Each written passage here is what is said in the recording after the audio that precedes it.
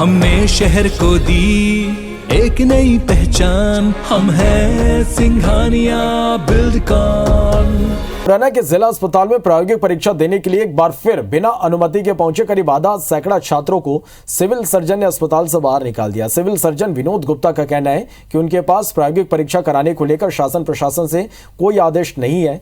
छात्र बिना अनुमति के अस्पताल पहुंचे थे। साथ ही कहा कि एसपी को पत्र लिखकर कॉलेज संचालकों पर वैधानिक कार्रवाई की मांग की गई। बता दें कि ये छात्र बिहार, झारखंड, उत्तर प्रदेश, राजस्थान के थे, जिनमें से ज्यादातर को अपने कॉलेज का भवन तक नहीं पता था।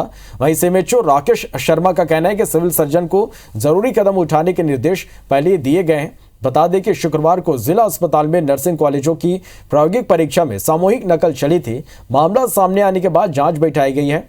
कॉलेज संचालकों से लेकर जिला अस्पताल के सिविल सर्जन तक को नोटिस जारी किया गया है। हमने कोई परमिशन दी नहीं है, ना हमारे पास शासन से कोई लेटर आया है।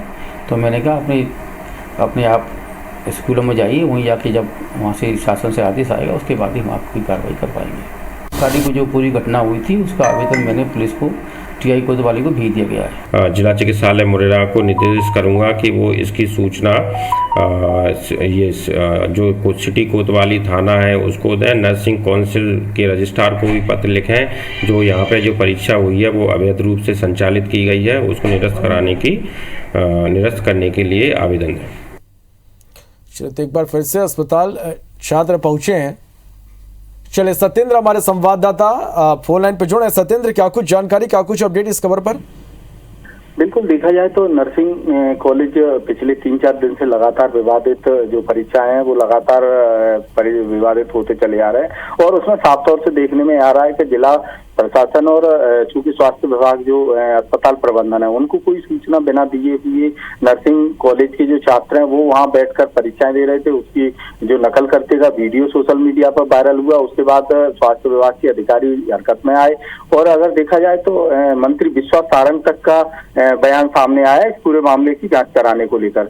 अगर देखा जाए तो उसी क्रम में छात्र परीक्षा देने के लिए पहुंचे तो वहां सिविल सर्जन विनोद गुप्ता को जैसे ही सूचना मिली तो विनोद गुप्ता ने उन सभी छात्रों को वहां से भगाया।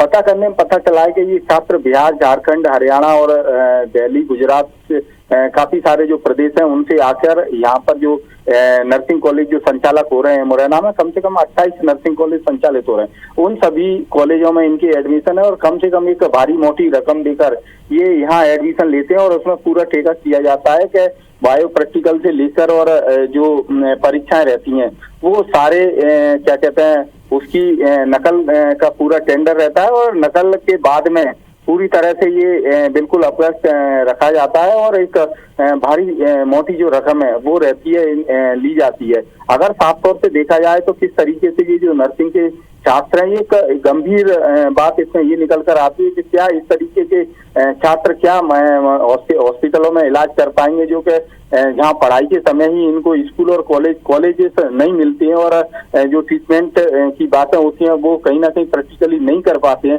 तो क्या ये मरीजों का इलाज कर पाएंगे? ये बहुत सारे सवाल सामने निकल कर आती है।